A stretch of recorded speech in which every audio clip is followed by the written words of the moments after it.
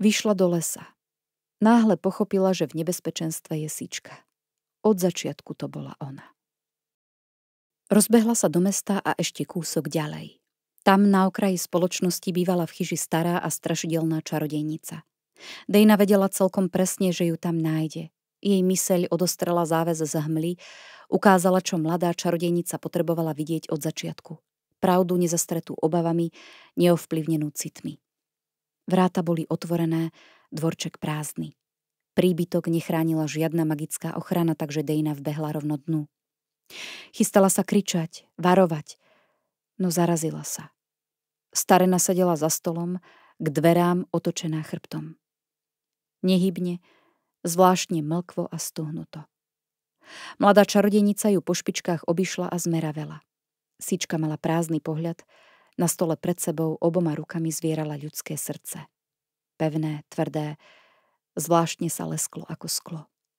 Netiekla z neho krv, ani na jej rukách neostávala stopa po krvi.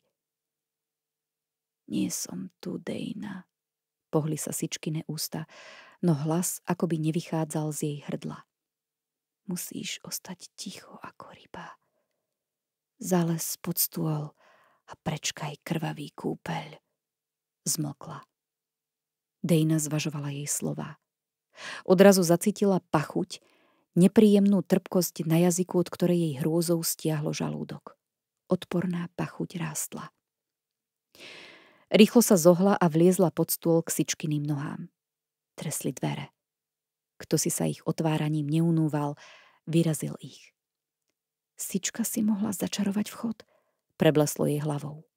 Nechcela. Ozval sa rev.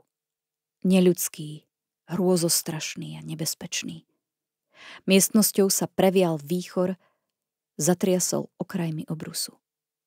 Čosi vytiahlo Sičkine nohy zo stoličky a Dejna sledovala, ako po obruse na zem steká krv. Prúdy krvi. Myslíš si, že si vyhrala? Rozkrikoval sa netvor a hodil do steny čosi, čo sa rozsypalo na množstvo drobných úlomkov. Jeden sa zakotúľal Dejne k nohám. Toto nie je víťazstvo. Len si ma spomalila, ale zastaviť ma nedokážeš. Dostanem ho aj bez teba. Jeho krv z tvojho srdca. Viac ju nepotrebujem. Tvoja obeta bola zbytočná. Ona ho naláka a dostanem ho celého. Jej nedokáže odolať. A s ním budem nesmrteľný. Chápeš? Zhováral sa s niekým, k tomu neodpovedal. Strhol sa vzdušný vír, krútil obrusom a stáčal kamienky. Pach moci sa v ňom strácal a o chvíľu na to nastalo ticho, nepohnuté a mŕtve.